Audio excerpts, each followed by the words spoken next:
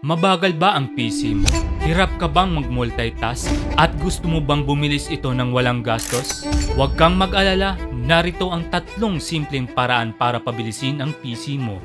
Hello everyone, my name is Jeric at tara na't simulan na natin.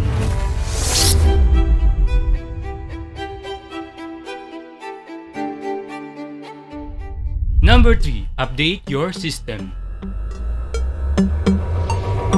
Ang pag-update ng system ay proseso ng pag-download at pag-install ng mga bagong version ng software, drivers, at operating system updates mula sa manufacturer o developer. Ito naman po kung why or bakit. Kapag hindi updated ang system, maaari itong magdulot ng mabagal na performance, mga error or bugs, vulnerability sa hacking at malware. Ang pag-update ay nagpapabuti ng performance, seguridad, at compatibility ng iyong PC or laptop. Here's naman po how you do it. Sa pag-update ng operating system, sa Windows Update, pumunta sa Settings, Update Security, Windows Update, at i-click ang Check for Updates.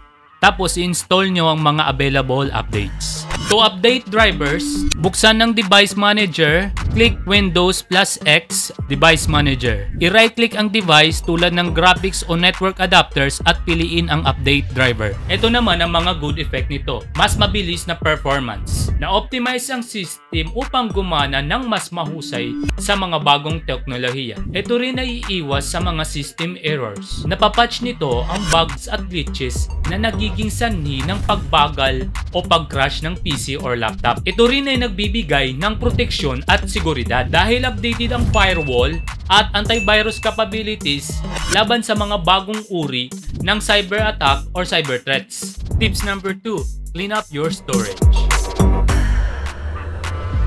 Ang paglilinis ng storage ay pag-aalis ng hindi kinakailangan tulad ng duplicate photos, videos, unused apps, at mga cache. Here's the first step po paano i-clean up natin yung storage. Press lang po natin yung Windows S, type natin yung disk clean up, then click. After po, i-select nyo ang drive na i-click clean up nyo. For example, local disk C. So ito yung C. Click lang natin yung OK, then mag-initialize na po yan. Then, i-click na po natin lahat ito kung i-click clean up talaga natin yung storage ng C. So, i-click nyo na lang po yung OK. Then, mag-click clean up na po yan. Ito naman po ang pinaka-basic at pinaka-simple na steps. I-click natin ulit yung Windows R. Then, i-type naman natin yung %, %, so, %temp%. So, i-click lang natin yung OK. Din yan. Lahat ng mga files dyan ay yung mga temporary files. Ang temp o temporary files sa computer ay pansamantalang files na ginagamit ng system o mga apps para sa kinakailangang proseso, ngunit hindi kinakailangan pagkatapos.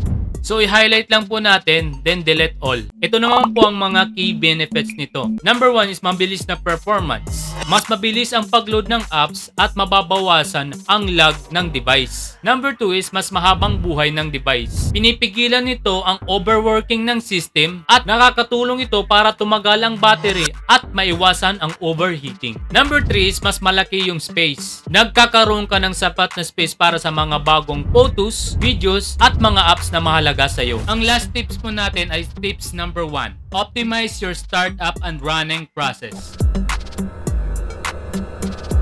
Now, ano ito? Kapag binuksan mo ang computer, may mga programa na automatic kong nagsisimulang tumakbo sa background. Marami sa mga ito ay hindi mo kailangan at nakaka-apekto ito sa bilis ng pagbukas ng iyong computer. Here's naman po how you do it. Pindutin natin ang Ctrl-Shift-S para buksan ang Task Manager. Pagkatapos ay i-click naman natin yung startup na nasa left corner. Ito, tingnan ang mga program na naka-enable at i-right-click ang mga hindi kailangan tapos piliin ang disable. Ito naman ang mga gandang epekto nito sa iyong system. Mas mabilis magbukas ang iyong computer. Mababawasan ang stress sa iyong hardware at magiging smooth ang paggamit ng system lalo na sa video editing at content creation. Yun lang po ang alam ko na tips sa pagpabilis ng computer or laptop. Ang mahalaga ay dapat natin alagaan at i-optimize ng maayos ang PC at laptop sa ngayon. Again, maraming salamat sa panunood. This is Jeric at sana po nakatulong po ako sa inyo ngayon. Thank you!